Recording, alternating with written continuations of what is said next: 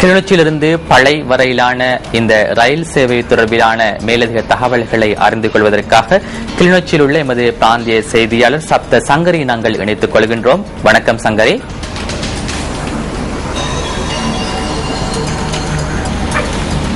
வணக்கம் சங்கரி.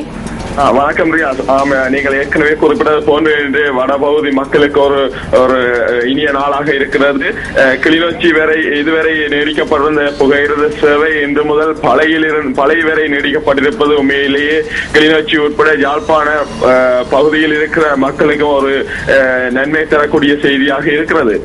யுத்த காலங்களில் இடைநிறுத்தப்பட்டிருந்த வவுனியாவோடு மட்டுப்படுத்தப்பட்டிருந்த இந்த புகையிரத சேவைகள் கடந்த காலங்களில் முதல் வடபகுதிக்கான சேவையை நீடித்து வருகின்றது. அந்த வகையிலே கடந்த காலங்களில் கிளிநொச்சி வரை இந்த சேவை நீடிக்கப்பட்டிருந்தது. இன்று காலை முதல் பளை வரையான இந்த சேவை நீடிக்கப்பட்டு எதிர்வரும் காலங்களில் இந்த சேவையானது யாழ்ப்பாணம் காங்கேசந்துறை வரை நீடிக்கப்பட இருப்பது உண்மையிலேயே வடபகுதி மக்களுக்கு ஒரு நன்மை தரக்கூடிய செய்தியாக இருக்கும். அதேவேளை இன்று பளை வரை இந்த சேவை நீடித்திருப்பது உண்மையிலேயே பளை யாழ்ப்பாண பகுதி மக்களுக்கு ஒரு வசதியாக இருக்கிறது. ஏனெனில் இதுவரை காலமும் யாழ்ப்பாணம் பளை பகுதியில் இருந்த மக்கள் கிளிநொச்சி புகையிரத நிலையத்துக்கு வந்து தங்களுடைய பயண சேவையை பெற்றிருந்தார்கள்.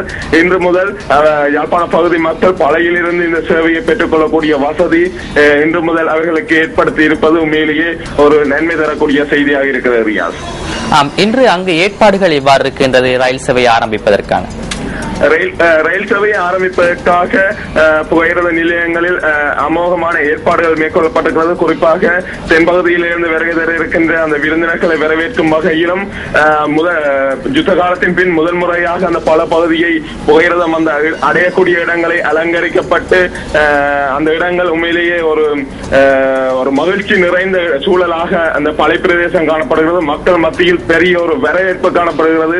நாங்கள் அந்த இடத்திலே கடந்து மக்கள் சந்தித்த போது அவருக்கு கூறிய ஒரே ஒரு விடயம், மிக நீண்ட காலங்களுக்கு பின்பு எங்களுடைய பிரதேசத்துக்கு இந்த புகையிரத சேவை, அதாவது இந்த புகையிரதம் வந்தடைவதை இட்டு நாங்கள் மகிழ்ச்சி அடைவதாகவும், இன்னும் பலர் இந்த புகையிரதம், அதாவது அந்த யுத்த காலங்களில் பிறந்த குழந்தைகள் இந்த புகையிரதத்தை காணாத நிலையில் இருந்த வேளையில் தங்களுடைய பிரதேசத்துக்கு இந்த புகையிரதம் வருவதை இட்டு தாங்கள் மகிழ்ச்சி அடைவதாகவும் அந்த பிரதேசத்தில் இருக்கிற மக்கள் எங்களுக்கு தெரிவித்திருந்தார்கள்.